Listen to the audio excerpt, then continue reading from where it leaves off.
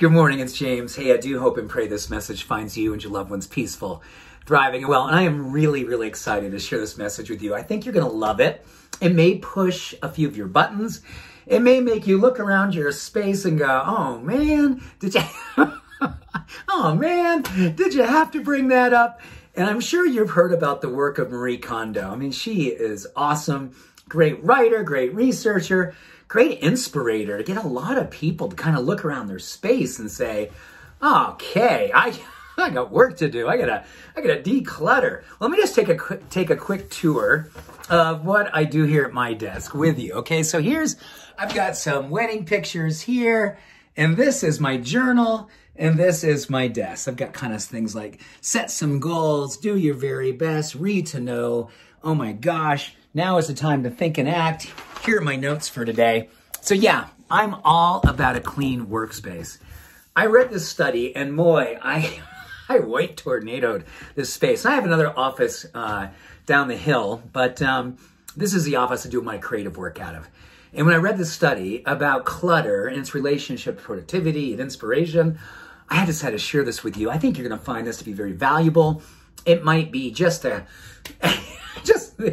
little encouragement you needed, or the kick or pat in the back side that you needed. But either way, I want to share with you really cool stuff here. So number one, clutter. Having clutter in your space, whether it's your workspace, your living space, your kitchen space, it doesn't matter.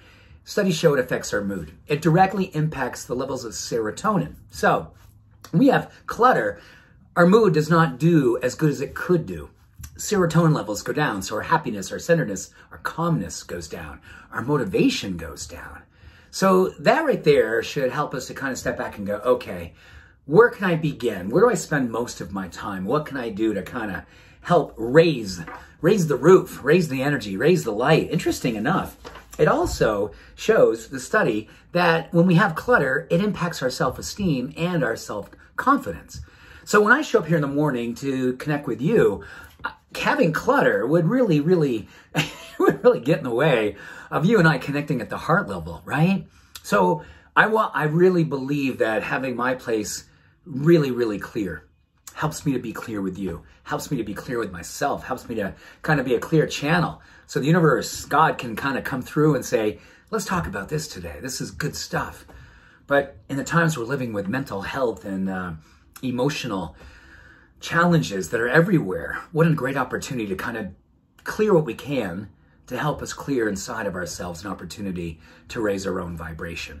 Interesting enough, there's a study that came out from UCLA that talked about when we have too much stuff in our space, it actually raises cortisol levels, and they call it density of stuff. So when we have just books piled up or dishes piled up or magazines piled up, anything piled up, clothes piled up, it actually impacts our stress hormones. They rise.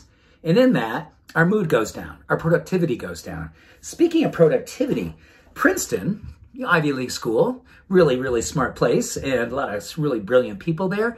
They looked at the impact of clutter and its relationship to productivity. So when people, at the end of the day, they clean up their desk, the following morning when they show up at work, their productivity increased upwards of 3-fold just because they didn't have to deal with stuff, got in the way of their mood and their creativity.